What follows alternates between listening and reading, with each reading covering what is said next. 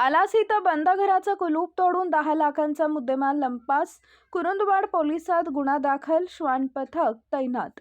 Kurundwad police ठाण्याच्या हद्दीतील आलास गावाला घरफोडीच्या घटनेनं हादरवलंय. एका बंद घराचं कुलूप उचकटून अज्ञात चोरट्यांनी कपाटातील सुमारे 10 लाख रुपयांचे सोन्या चांदीचे दागिने आणि रोकड लंपास केल्याची धक्कादायक घटना समोर आली आहे. मिळालेल्या माहितीनुसार येथील रहिवासी निशानदार कुटुंबीय मुलीच्या कार्यक्रमासाठी कर्नाटक येथील निप्पाणी इथं गेले होते. घर कुलूपबंद असल्याची संधी साधून अज्ञात चोरट्यांनी दाराचं कुलूप तोडून आत प्रवेश केला. घरातील कपाटे उचकटून त्यांनी सर्व सोन्या चांदीचे दागिने असा 10 लाखांचा मुद्देमाल लंपास केलाय. घटना उघडकीस येताच निशानदार यांनी तात्काळ कुरुंदवाड पोलीस ठाण्यात धाव घेतली. सहाय्यक पोलीस निरीक्षक संतोष माने यांनी पोलीस पथकासह घटनास्थळी भेट दिली.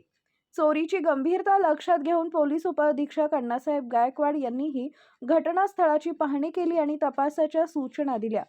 चोरट्यांचा माग काढण्यासाठी पोलिसांनी तातडीनं श्वान पथक आणि न्यायवैद्यक पथकाला पाचारण केले.